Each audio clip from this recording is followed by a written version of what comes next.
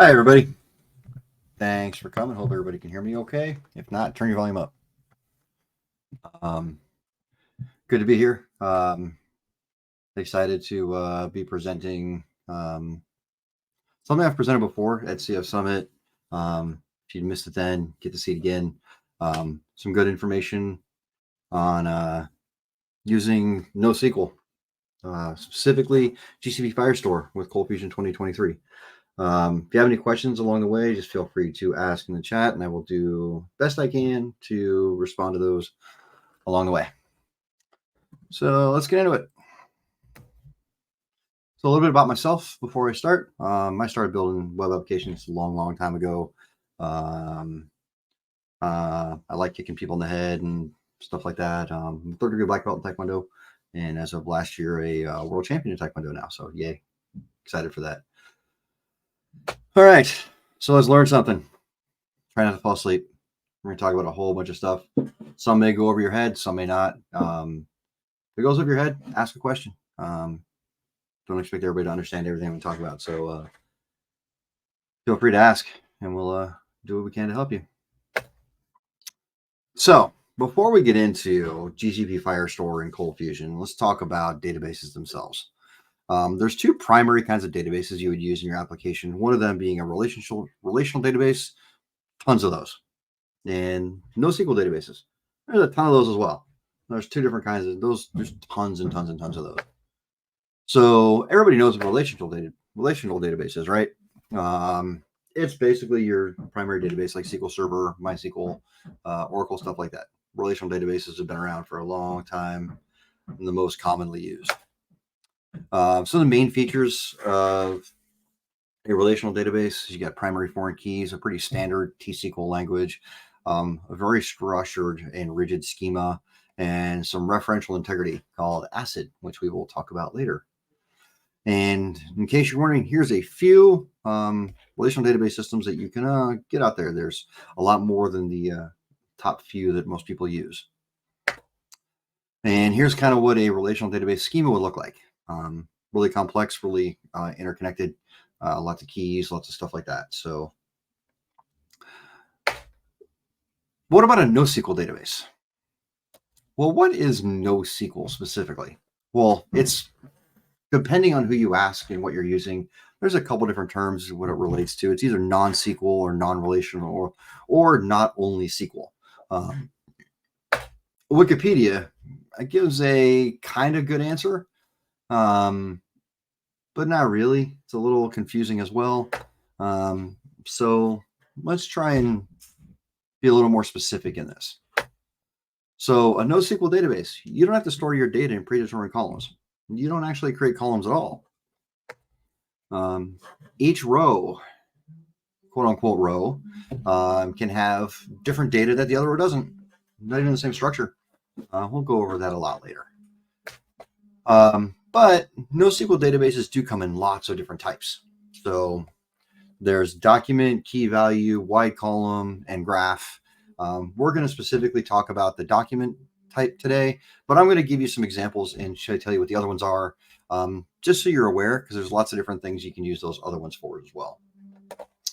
So NoSQL is kind of like as this says, the LaCroix of databases. There's something for everybody, maybe. Depends on what you're doing. So a document database. So for document databases, there's a few examples: MongoDB, Apache, CouchDB, GCP Firestore, which we're going to go over today, and Azure Cosmos and Couchbase. Those are just a few examples of some document databases that are out there. So why a document database? Why would you want to use something like this? So it's super highly versatile. It has the widest array of uses and use cases. All your data is technically stored as documents, as JSON objects. You can horizontally scale, so you can just add more smaller servers to expand your system instead of putting in more hardware. And your document data JSON typically aligns better with code objects than a relational database does. So here's an example of what you would find in the GCP Firestore console for a NoSQL database in Firestore.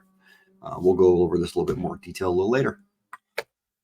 So a key value database, a NoSQL key value database. So why a key value database? Well, it's a very simple data structure. It's highly scalable. It's integrated caching for frequent data, large data sets without complex retrieval queries. Is kind of what you're using one of these for. For example, Redis uses this. This is basically Redis is the engine underneath ColdFusion for storing session data, and it uses Redis. So as you kind of see as an example here, really good, very minimal lookup queries, highly robust in speed, super fast.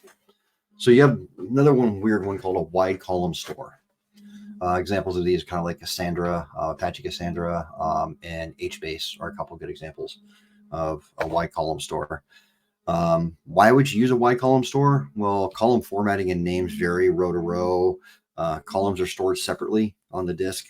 So you actually have different actual files, quote unquote files on the disk for each column. Data searching can be considerably faster depending on what you're doing, what you're looking for. An example of a wide column store. So on the left here, you would have like your typical relational database, and then on the right would that would be the same data referenced in a wide column store. So you get a lot of deduplication, but at the same time, you can get a lot of speed out of it too. Haven't really found a use for one of these yet. Maybe someday. Graph database. So these are highly used, and they are a very, very weird animal. Very weird animal. So why would you use a graph database? Well, intensive data relationship handling is basically their primary, their big thing. Your structure and data can flex as application industries change. Databases can evolve as the app data evolves without restructuring. It's really, really complex. It's a very interesting way to look at data. Here's kind of a graph database like schema per se is how you would look at it. The funny, interesting part of a graph database is literally the relationship and how the data connects is the first-class citizen in a graph database. The data is actually second-class citizen. You're actually always only querying the relationships. You actually don't query the data itself. So you have highly relational data, and you're querying those relationships to get information. You don't actually query the data. So it's a really weird animal. Again, I don't never use one of these, but I have seen them used, and they're very robust in what they do, but an odd little animal on their own. So let's take a look at some really key differences between relational databases and NoSQL as you look into possibly moving into using NoSQL in your applications. So the first, one of the bigger things is a relational database has a highly rigid schema. You have fixed tables, rows, and columns, where a NoSQL database is fully flexible schema, multiple methods of using dynamic schemas, rows don't equal rows, documents don't equal documents in the same quote unquote database. So it's very, very flexible in how you want to store your data. If you're using object data mapping, whoops, one too far. Nope, sorry. So you're scaling. Relational databases kind of scale more vertically, which means you just need more machines to do what you want to do.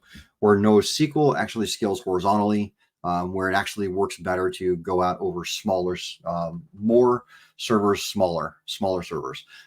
So it kind of scales a little horizontally versus vertically. Object data mapping, relational databases, you can use ORM or some like variant. NoSQL, you really don't need an ORM type thing. You can, but you don't, because the data really maps to your data structures in your code. So you don't really need that kind of object mapping. Clustering. So remote data, relational databases, it can be a little cumbersome to set up. It's usually done for fault tolerance, if anything. NoSQL, it's pretty easy to use. You set up different things and point them to each other. Some actual NoSQL databases, for an example, Cassandra, actually work better when they're clustered. So if you have multiples of them, they actually work a lot better than you would with a single database, which is kind of interesting. So if you're deciding which database you want to use, there's this thing called the CAP theorem, which is really, really useful in trying to decide what database to use for your application. So it takes three primary things into consideration: consistency, availability, and partition tolerance or data tolerance. So you have to look at where your data needs to reside in here to see which one you want to go with. So relational database has a big thing on consistency and availability, where NoSQL has a thing on tolerance and availability. So big difference between the two. So I always use lean on this when I'm trying to figure out, okay, here's what I'm building. What are my data needs for that thing that I'm building? So just remember, not all ideas are good ones. So if you want to use NoSQL, there are some disadvantages to using NoSQL.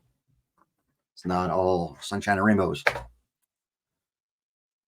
There is no or minimal ACID support. ACID is a big thing for data. ACID is technically an acronym for Atomic Consistency, Isolation, and Durability. It basically talks about, does my data get to where it's supposed to go, and how guaranteed am I to make sure my data gets there? Like a financial system needs to have top tier ACID support. You don't want to lose a financial transaction.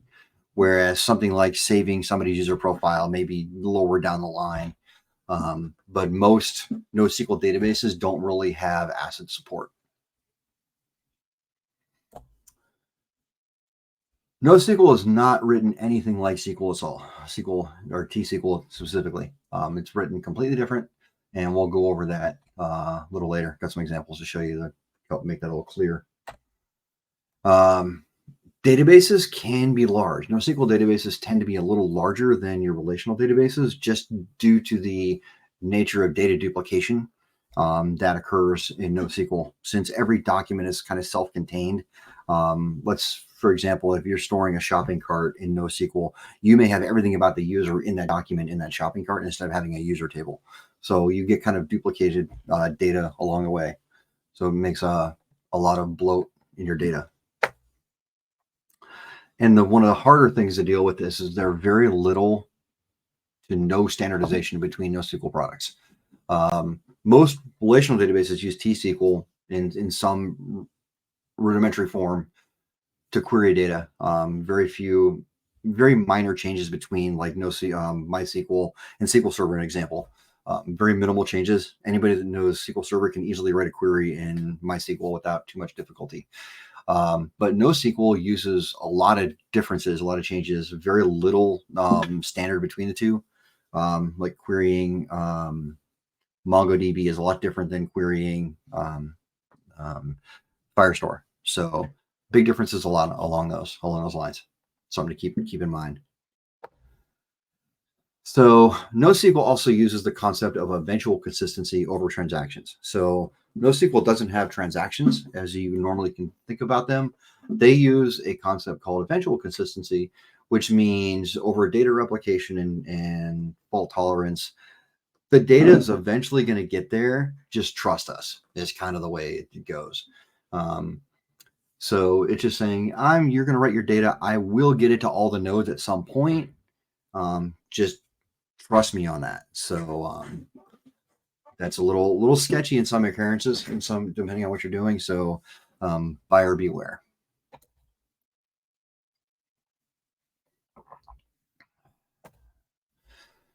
So where do you start?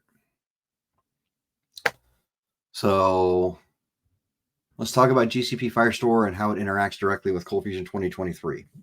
So you actually can use Firestore in 2021, but I'm just going to be going over the 2023 integration, since they did make it considerably easier in 2023 to interconnect with Firestore. So the setup is the first thing you have to set up is GCP Firestore on the Google Cloud side. And I will kid you not, this is the hardest part of setting this up, is getting the Google side configured. The side on the CF side is considerably easier, and we'll go through all of that. So Set up Firestore and access. So first you log in your Google Cloud account. If you don't have one, create one.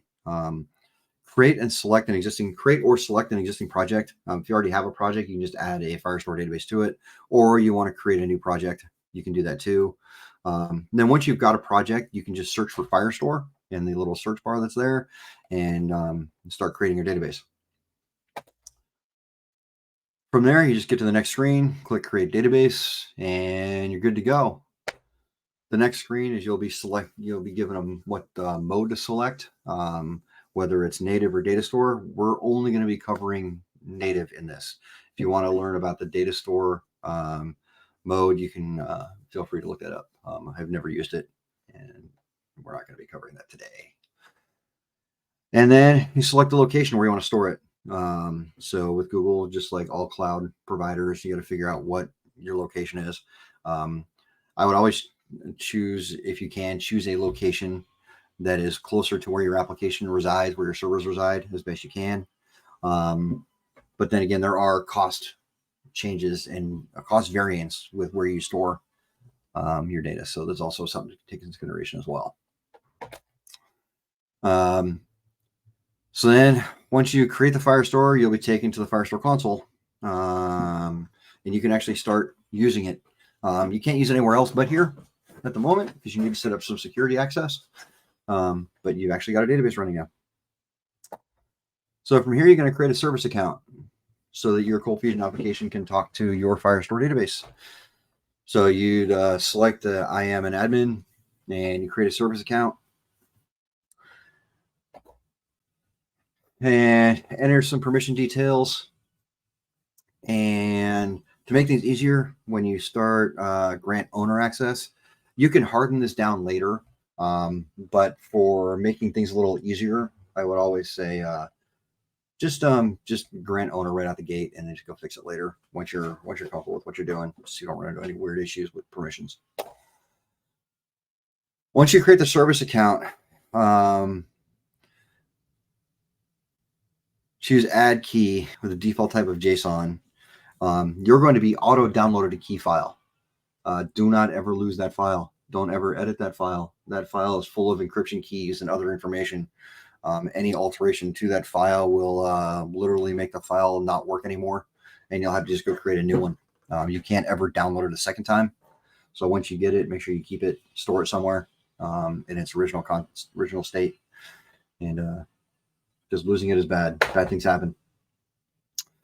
Here's an example of what the key file would look like. Obviously, reduced down just for this example. But it's full of JSON data and a whole bunch of other information. So Firestore pricing, just for those that are curious, it's not too expensive. Most small applications will almost get away with free, as long as you're storing less than a gig of data, and you're not doing too much reading and writing. Oddly enough, getting data out costs 3 times, writing data costs 3 times more than it does to read the data. So remember that.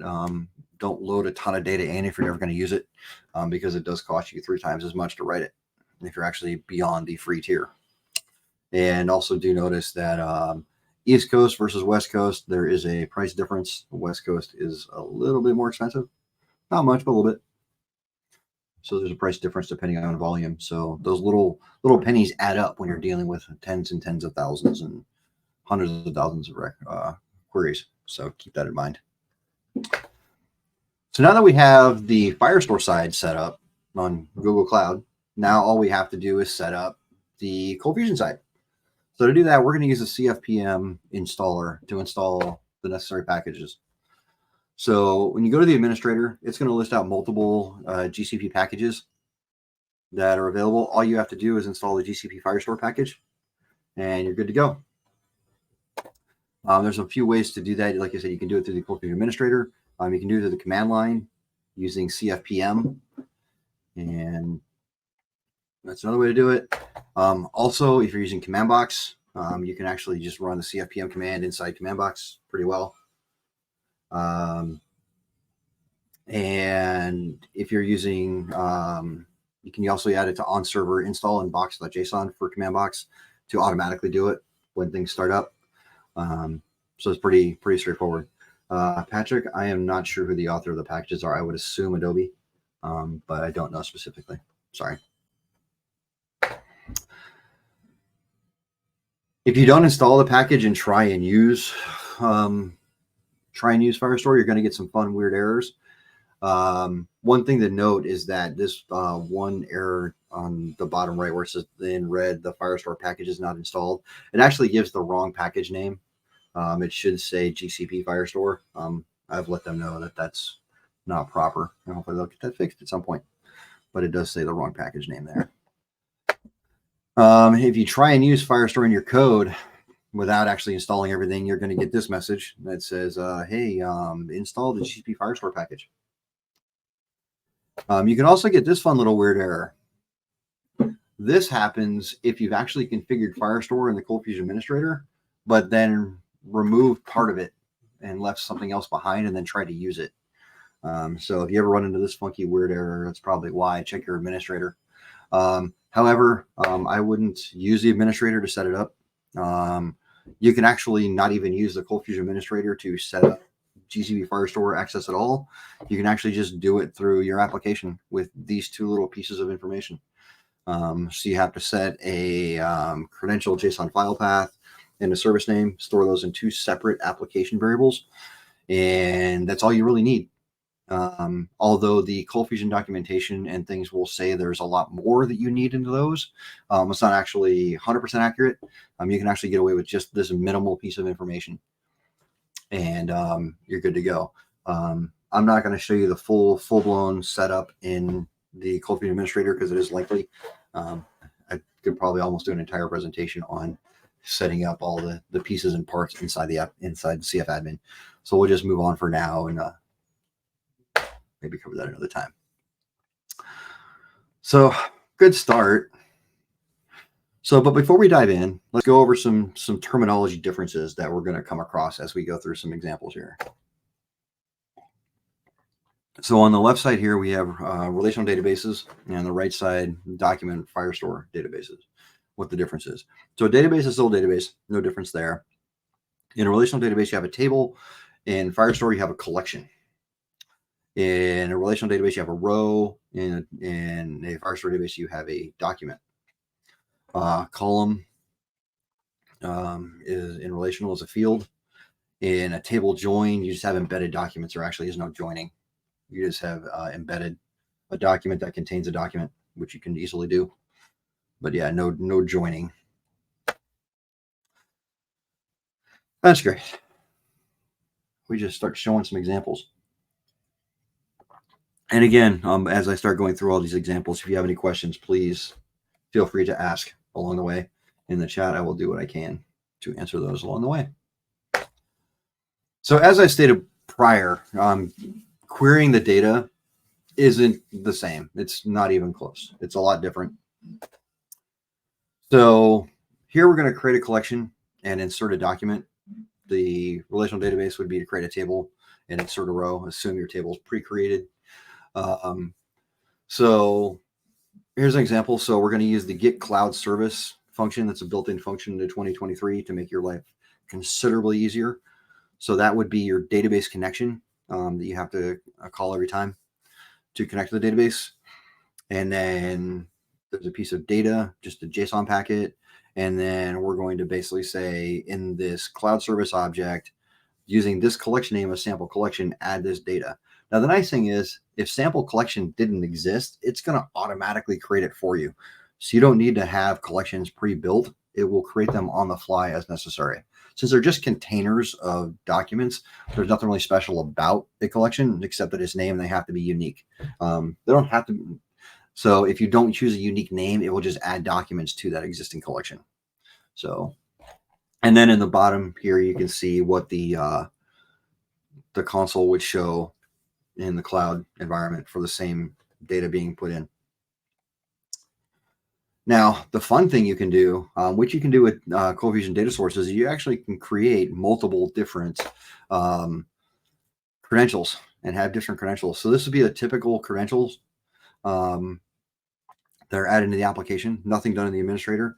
But you can actually take one step further and create a second set of credentials if you wanted to. You have multiple, let's say you have multiple cloud databases. You can actually set up 2 different credentials and then reference them differently with the same config name of Firestore and service name of Firestore, and you can actually hit different databases in your code without too much trouble at all. And it works quite well. So to query a collection for data is a little different. So like I said, you don't just write SQL. It's all functions and stuff like that. So here again, we're getting the cloud service, and then we're going to get this collection, and we're going to use a where equal to. So we're saying item.category using dot notation to go through the JSON document, and we're going to say where character selected. It is case sensitive, so be aware. Then we're going to do run query.get, and we're just going to say, and then they just dump out the size. That's all we really care about. Now, before we move forward, I'm going to be playing around and showing you a ton of examples off data from a video game called Apex Legends. For those who haven't heard about it, it's a pretty cool game. I like video games. But in order to capture this data that I'm using for this example, a big thank you to a streamer, the couple, His and Hers Live. They actually allowed me to piggyback onto some of their tournaments that they run and to extract some real-time game data, which I used to build a lot of this. So a big thank you to them. If you like Apex and are on Twitch and like Apex tournaments, give them a watch. They're funny and they do good tournaments. So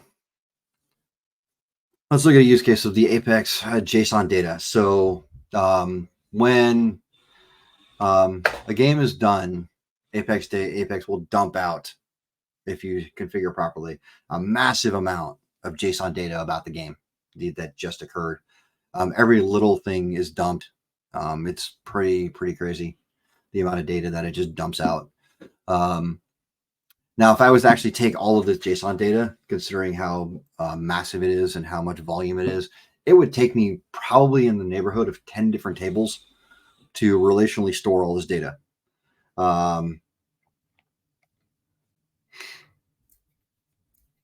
Tons of data. Bill, I think it's all script. I don't think there are any tags that I don't use tags that much anymore. So we only use tags for UI. So I don't think, not 100% sure. All I've done with this is script. So sorry. So anyways, so tons of data. So as an example of what like one single row looks like, so you've got player information, their position, angles, health, team names, like tons of things they're doing. So one cool thing that they've done is actually there's this nucleus hash in their data, which actually you can track an entire user's full interaction with the entire game using that nucleus hash. It's anchored to a player, which is really cool. So if I wanted to search all the data for this nucleus hash, I would find everything a user did, a single player did in the entire game. It's kind of neat. So like I said, once the game ends, it will actually output a giant JSON file, a few megs actually, of pure JSON data. And we're going to take that and we're going to generate, we're going to load it into Firestore so we can search through it. So the first thing we're going to do is we're going to create a game ID, which is basically some random string to add on to collection name. So we get a unique collection name for every game we're creating, for every game data we're loading. Then we're going to read the file, deserialize it, and then basically loop over it and insert it all into Firestore. Each row in the source document is considered a document. So we loop over them and each row becomes a document inside Firestore. Makes it pretty easy to process through. And there in the right little behind there in the white, you can see the data loaded in. The document ID is randomized. Nothing you need to really worry about, but it's a fully randomized ID created by Firestore for you. So now that we got the data in, we can start querying the data and looking at some information. So here we can, again, first thing you always do is get the cloud service. So we're going to get the collection that we created, and then we're going to look into the category where the category was character selected, and then get all the different character selections.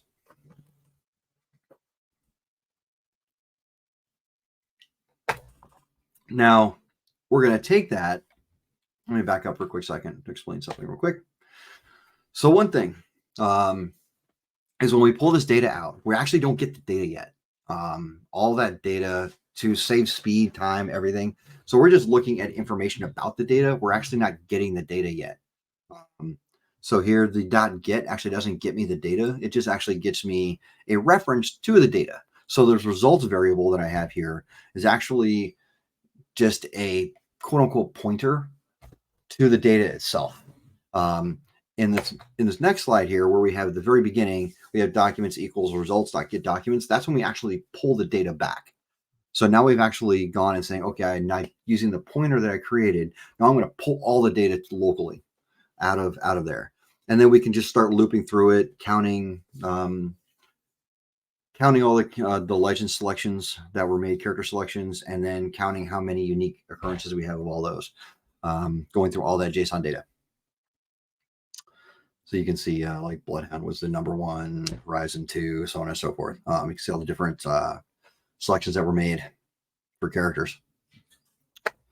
So fun little quick tip about the console UI.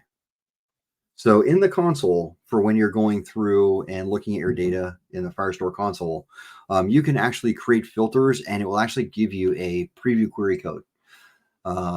This syntax is kind of wrong. You can't actually grab it and use it.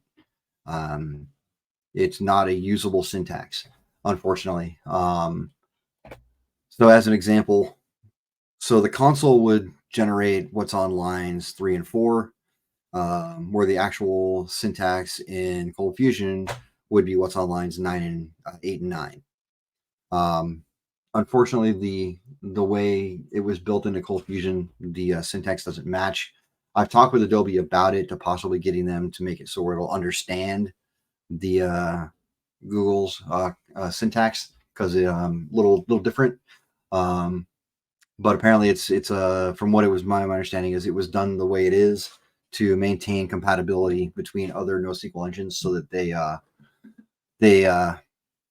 underneath the hood convert it to what GCP would want versus other languages. So inside ColdFusion is normalized as best they can. Hopefully someday we can use the GCP syntax, but we'll see. So digging deeper into some of the data that is out there in what we've loaded in. So here's another example where we can actually run, and let's say we can see, I want to see everything that was picked up off the ground or picked up by a character. So a lot of different data here. Again, you can see that. So now we want to say, okay, we want to see things that were picked up, but we want to see specific things that were picked up. So here we're going to say, I want to see, again, inventory pickup, but we're using now a where in. So we can say where the item is a thermite grenade, arc star, or frag grenade. So we can see which was one of those 3. And again, you can see in the bottom here, trying to duplicate that, we can see the how we're creating the console to try and make sure that our data is the same. And one thing to take note of is there's no or. So you can't do an or in between. So it's always ands. So make sure you stack your query properly for when you're doing ands, because there's no ors or anything like that. So make sure you stack the sequential order, how you want to get your data a little properly, due to the fact you can't do ors or anything like that. Just and. And then we can look at other things like, let's say, how much weapon did the most damage? Who hurt somebody the most? Again, same thing where here we're doing an equal to player damaged, but we're ignoring the 3 grenade types in the game. So we're saying where it's equal to player damage, but it's not in this type of weapon. And then we can go through that and give totals. Again, all from the same game data that was loaded, from the same JSON documents that were thrown in, just querying those in different ways. So a lot of times you are going to need indexes for data, right? So SQL Server, we're very used to creating indexes, covering indexes, primary keys, so on and so forth. They're all indexes, lots of different index types, clustered, non-clustered, yada, yada, yada, tons of indexes. Well, in NoSQL's Firestore example specifically, your data is pre-indexed. Once you start loading data in, Google, their engine is creating indexes on all the data to speed things up tremendously. So there's nothing you really ever need to do. You don't need to go define indexes. There are some times, however, when you're going to run a query against the data where their system goes, hey, hang on a second. What you've tried to do is beyond what I've indexed, and you have too much data for me to just go scan it. So it's going to give you this error called a failed precondition, where it's going to spit back a little, can't see it here because it just got cut off, a whole big long URL that you can use to actually go create the index. And you just take that URL, paste it in a browser with somebody that has the credentials for this account, this Google account, and you'll get presented with this screen where it says create a composite index. And you just click create and it'll go off and create the index for you.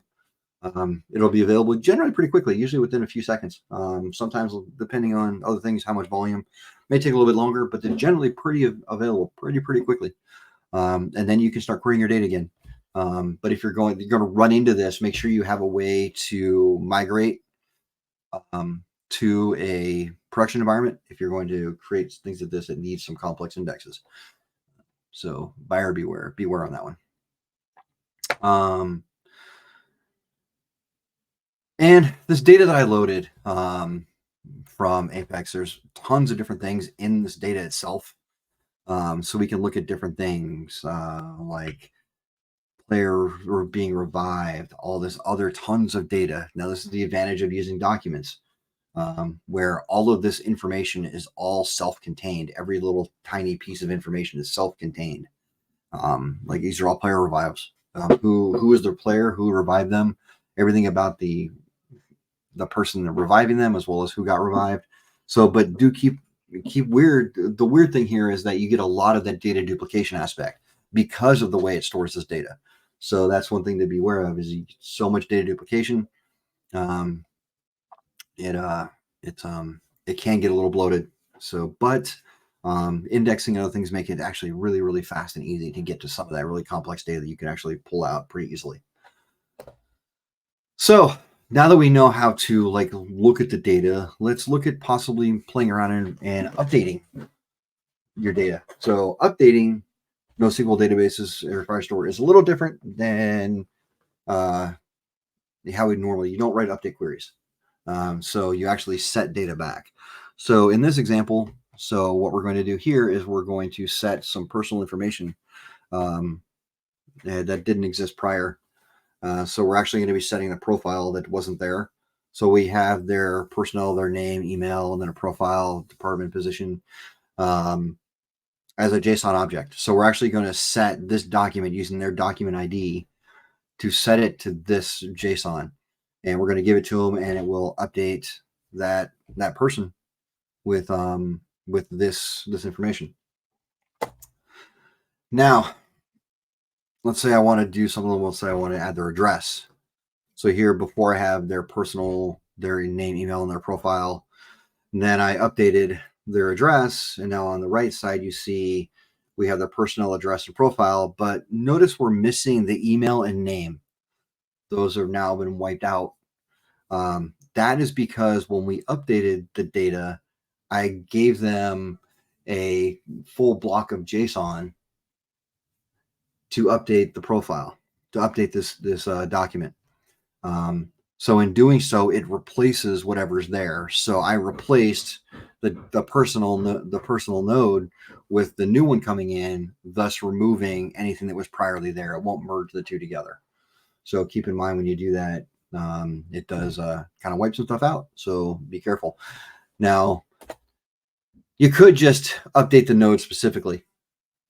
So here's a way to how you just update that specific node using dot notation again. So I'm going to say update this personal address, street address with the street number, and then it would insert that directly into that node without modifying or altering anything else. You could be adding more JSON data there, not just an actual street. You could actually put more JSON data. But keep in mind that whenever you're doing this, just like if you're replacing a larger piece, whatever's there gets replaced. So if you're passing in full JSON and there's something already there, it's going to get replaced versus updating something specific. So buyer beware. See, it's simple, right? Just do. So begin at the beginning. Here's some ideas to get you started into using NoSQL in your apps. First off, user profiles. Something that doesn't change that often. Pretty straightforward. Pretty easy to actually swap in using NoSQL for user profiles. User session data. You can easily store session data in NoSQL if you want to. Pretty easy. Pretty straightforward. Any personalization stuff. That doesn't change that often. That's just going to sit there, being pulled and reused. Something like states and countries lookups, those really don't change that often. So you can easily put that in some NoSQL database. Shopping cart data, instead of storing it in like session, you can actually restore it in a NoSQL database pretty easily. I would argue that, and I've done this, storing shopping cart data in NoSQL is kind of a little better. For this reason, if you're storing shopping cart data in a distributed data for load balance, it makes it a lot easier to grab their shopping cart if they're moving server to server, if you're not sticking them to a server. So, you ready to take the plunge? Just jump right in using NoSQL for everything. Remember, you're not Uber. So for those that don't know, Uber probably generates an insane amount of data volume. They were using PostgreSQL to store all their data originally way back in the day. But their massive amount of data forced them to look at how they were storing data and make some changes. They actually were using JSON blobs in Postgres, which it wasn't designed to do, but it's what they were trying. It was what they're doing to store all this data. Eventually, they moved to MySQL and were storing JSON data in MySQL. Again, not really designed for it at the time, so they had to re-architect how MySQL worked for their volume. Now, keep in mind, some of these systems like Firestore and other things didn't exist back then. So they were pretty handcuffed into what they could do. So when they decided to jump from relational to document type databases, they had to kind of reinvent the wheel. So just remember, when you're going to jump into this, you're not Uber.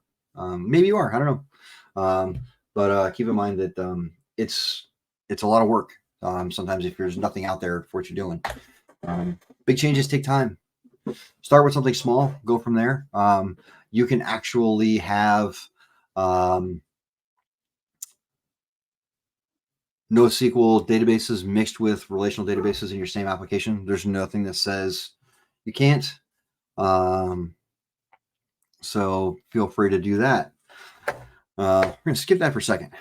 So for those that have seen any of these other presentations, there's a gift card giveaway. So if you've been paying attention along the way, we're going to give a $50 gift card away. So I'm going to ask a question. So here's the rules. I'm going to show a question on the screen. After I read the question, the possible answers will be shown. This question will be based on something I've said in the presentation or shown in the presentation. So the first person that responds with the letter that corresponds to the answer will be the winner. So everybody get your fast finger types ready. And winner gets a $50 gift card. So get excited. Get ready.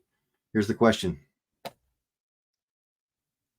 How many packages need to be installed to enable GCP Firestore usage in ColdFusion 2023?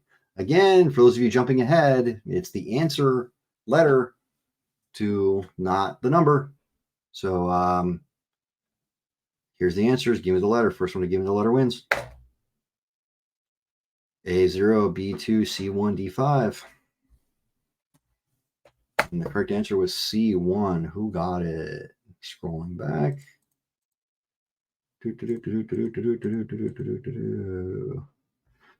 Looks like the first one to win was Aiden. First one to give the correct answer of C. Congratulations to you, sir. And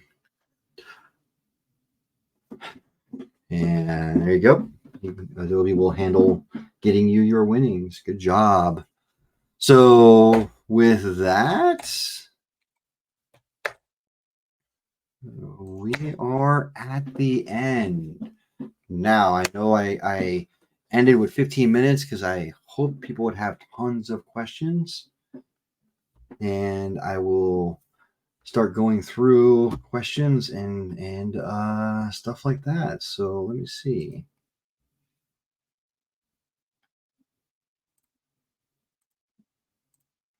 I'm trying to scroll the question thing. So feel free to ask any questions you got. I will do the best to answer as best I can.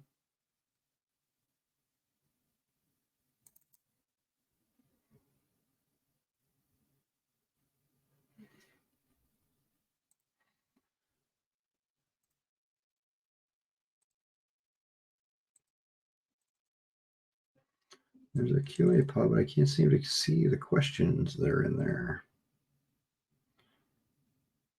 Which is weird.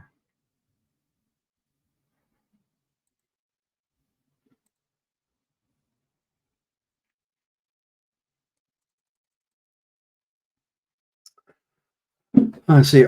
So Sam asked, are there any size limits to Firestore? Not that I'm aware of. I've seen some pretty healthy stuff. Some large things stored in Firestore. Just remember, the more you store, the more you pay. So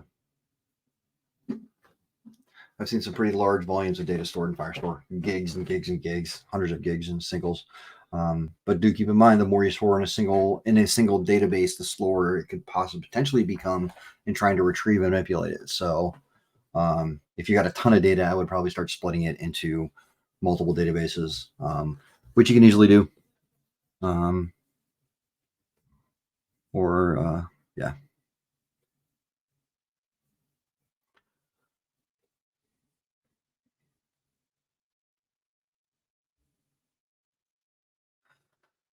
And it says, I assume you can store the Firestore auth object as session. I wouldn't store it in session because it's not user specific.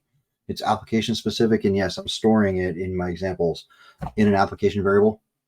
So it's nothing I would put in session because it's not user. But yeah, definitely store an application. What are my preferred open source options for NoSQL? Well, the only one that you can use Mongo. MongoDB is not bad if you're looking for something like that. MongoDB Atlas is a cloud version of Mongo if you're not running your own local version.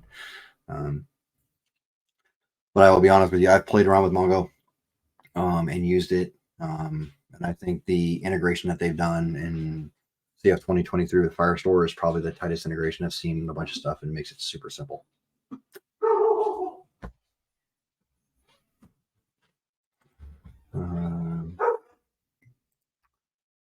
Say documents, Sam said, per document size limit or total document limit.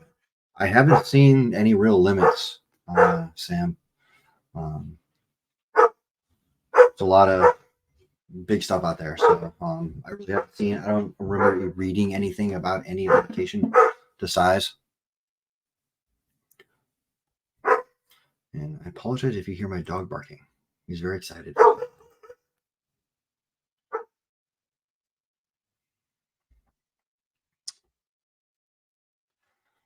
Any more questions, everybody? Don't be shy. There's no bad questions.